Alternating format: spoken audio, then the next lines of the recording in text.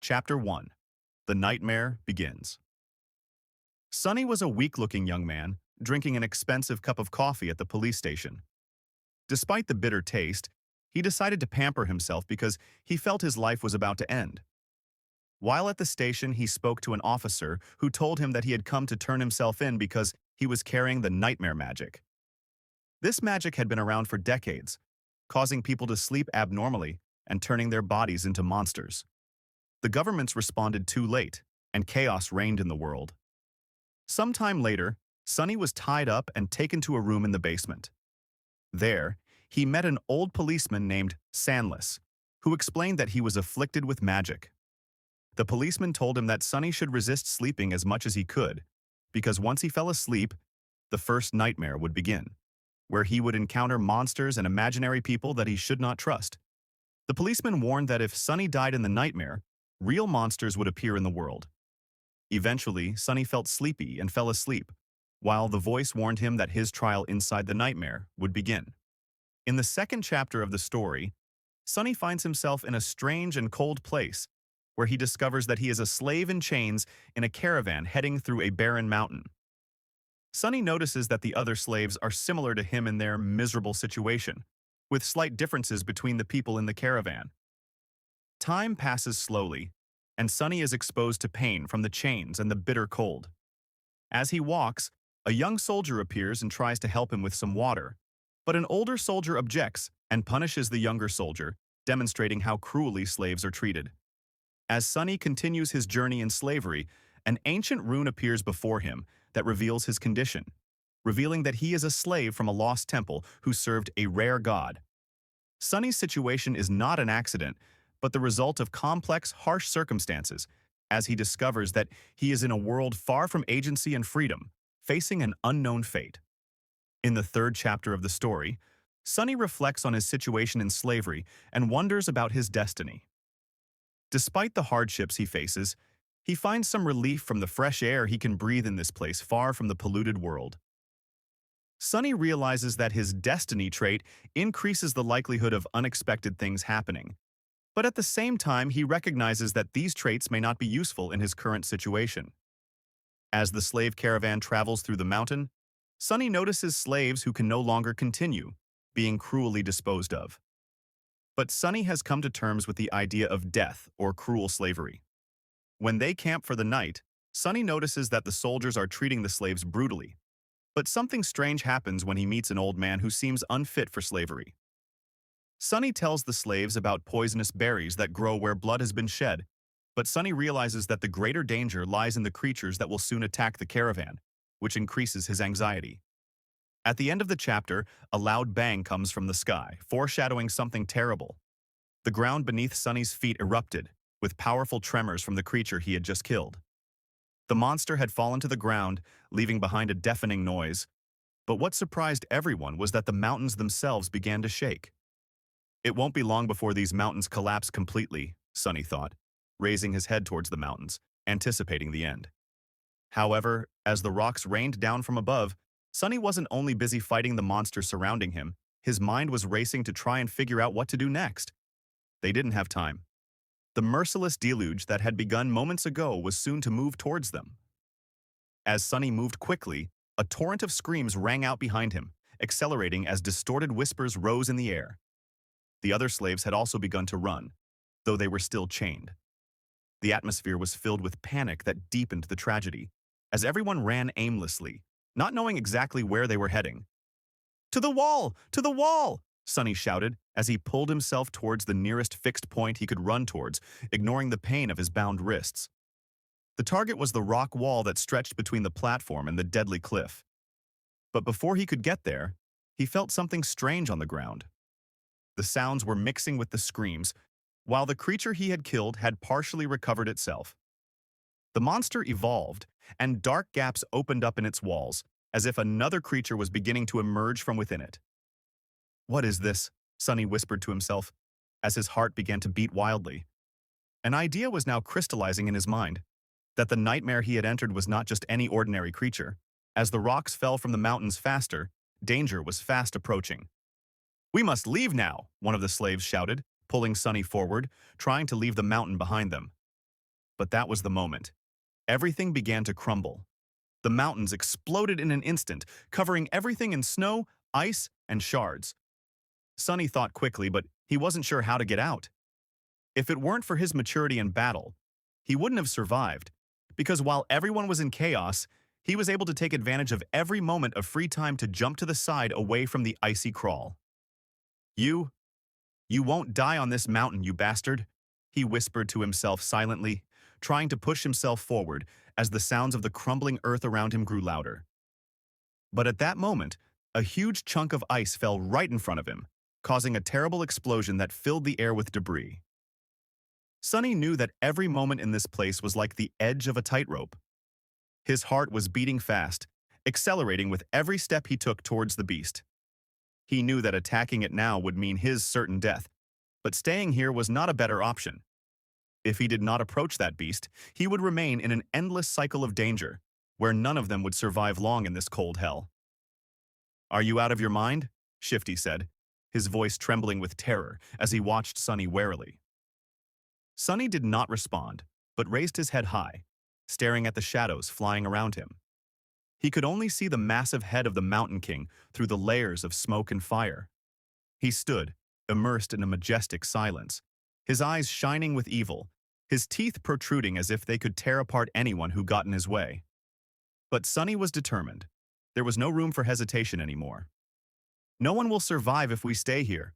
We must put an end to this," he whispered to himself, pointing to the dead maggots on the ground, and the young soldier who had disappeared into the darkness. As he approached, he felt something pressing down on him. His thoughts were racing, but his senses were sharp. He had to be quick and careful, and he had to rely on everything he had learned in previous deadly situations. The monster began to squirm, seemingly detecting his presence, but Sunny had reached a point where he could not retreat. Leaving the scent of death and the small group he had left behind, he moved quickly into the darkness, taking advantage of every corner and every bump in the ground. At this moment, he was pouncing on every opportunity to escape this hell. As he got closer, the monster began to assume an attacking stance. He could hear the sounds of its movement and the vibrations of the ground beneath his feet. He knew that the monster was merciless and would not care about their weakness or their wounds. It was slow, but it fought efficiently. The next step was for him to get close enough to move offensively, but he had to be patient. "Line up!" Shifty screamed as he ran towards Sunny, trying to catch up with him. The tension in his voice was unmistakable, each step bringing more fear. But Sunny didn't turn around. The monster was in front of him now, his mouth filled with spells that filled with darkness. Sunny made his way through the icy rocks and blood, trying to find the perfect moment. Then came the attack. The situation was deteriorating rapidly, and time seemed to be pressing on everyone. But Sunny was focused on his goal. He knew that survival required more than just desire or luck, but rather a solid plan and quick steps. He pulled with all his might and tried with all his remaining energy to push the cart towards the edge of the cliff. There was only one thing that ruled the situation now: the speed of the cart and the time of the tyrant. Every moment mattered, every calculated move. When the tyrant hit the ground with his feet and returned to resist the chain around his neck, time was pressing even more. Sunny, who was standing on the edge of the cliff, felt the chaos growing around him. The cart was slowly approaching, but the tyrant was breathing incredibly furious. Sunny felt deeply anxious, but at the same time his eyes were focused on every detail of the scene. He knew that the collapse would be extremely painful if they failed at the last moment. But at that moment, something unexpected happened. As the tyrant raised his hands to tear the chain, the young hero rushed again and snatched a fatal blow with his sword towards the creature's limbs. At that moment, everything depended on the decisive moment. Everyone sat silent for a moment, then looked at Sunny as if the words he had spoken were stranger than anything they had ever experienced. The hero nodded slowly, as if his thoughts were pondering the possibilities behind those words. "The monster D isn't dead?" Shifty asked sarcastically. "Do you mean that what happened there was just a trick?" Sunny replied in a calm and steady tone, despite the pain that was seeping through his body. "Yes, it was just a temporary moment. A creature of that size can't fall easily, especially if it's a guard of this place." The hero leaned closer to him, then said, "But if that's true, we don't have time to wait here." We need to get ready as soon as possible. But Sunny didn't back down. Even if we did, we'd still be in danger as long as the monster was alive. We need to be careful. The hero stood up and smiled, despite the exhaustion he looked like. If you have a plan, I'm willing to listen. Sunny began to explain, saying that the monster had been in an unstable state when it fell, which might give it time to regain its strength. There might be another way out, but they needed to be prepared for the dangers ahead. Shifty sighed, then looked at Sunny dismissively. You're trying to fool us with more illusions, right? But Sunny remained silent, staring at the shadows that watched them from afar. Only time will tell. As Sunny looked at the stone platform one last time, he began to wonder about their fate. It had been an exhausting journey filled with conflict, but it was only the beginning of the true path. He glanced at his companions. The hero who seemed calm and alert, Shifty who was possessed by greed and cunning, and the scientist who was still cautious but seemed to be starting to connect the events together. But inside Sunny, there were questions bigger than just survival. Was this really a nightmare? Or was there something bigger behind it all, something he couldn't yet comprehend? In a moment of thought, he felt something strange creep into his mind. He was standing there with these strangers, who might turn out to be enemies or partners in the future. But in the end, he knew he couldn't trust anyone. The nightmare continued, and the truth was completely eluding him. A long silence. Finally, the hero broke the silence, saying, "The road down will be hard, but we must move quickly. We don't know when that monster will return, and we won't be able to stand up to him again. We'll have to make a quick decision on what to do next," Sunny said in a low voice, picking up his tool bag. "For now, we need to be prepared for the unknown." Before they continued, Sunny looked down into the abyss below the cliff. The sky was beginning to open up in an unfamiliar way, as if to signal something mysterious was about to happen. Will we survive? He asked himself, unsure of the answer. With the first step down, he knew that their fate would depend on their choices in the coming moments. Chapter 9 reflects the increasing harshness of Sunny's world as he journeys through the difficult mountain passes, dealing with countless physical and psychological challenges. As tensions rise among his companions, Sunny's inner conflict over his identity and destiny emerges, especially in relation to the rewards that the nightmare offers him. On the one hand, the talk of wishful thinking and anticipation reflects the hope and doubts that accompany aspirants like Sunny, who seek to gain power and progress in this harsh world. Sunny puts himself in difficult situations with his companions in a state of constant conflict, whether through his quarrel with Shifty or his uncertainty about his future abilities. The rewards he expects, such as a unique magical ability, Aspect 1, or even the chance to obtain a real name, represent unseen challenges and fears that come with the rewards. But Sunny is also driven to survive amidst these challenges, knowing that survival requires him to endure a lot of pain, hunger, and constant struggle.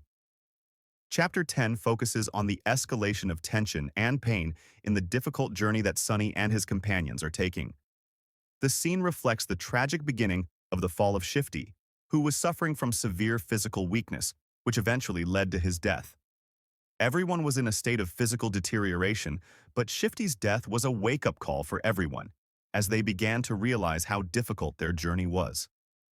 The dark and eerie atmosphere that these characters live in reflects their fragility in the face of forces beyond their control, whether it is due to the harsh geographical conditions or the creatures that threaten their lives. The sight of the monster devouring the bodies of the slaves reinforces their sense of helplessness, as even in the depths of the night, they were unable to escape from the imminent danger. Moreover, the scene also reflects Sunny's psychological transformation. He contemplates his surroundings more than ever before, and begins to gather clues about the unknown creature that threatens their lives. His sudden appearance at the end of the chapter, where he learns that the tyrant is blind, represents a moment of realization and insight that may help them in the future.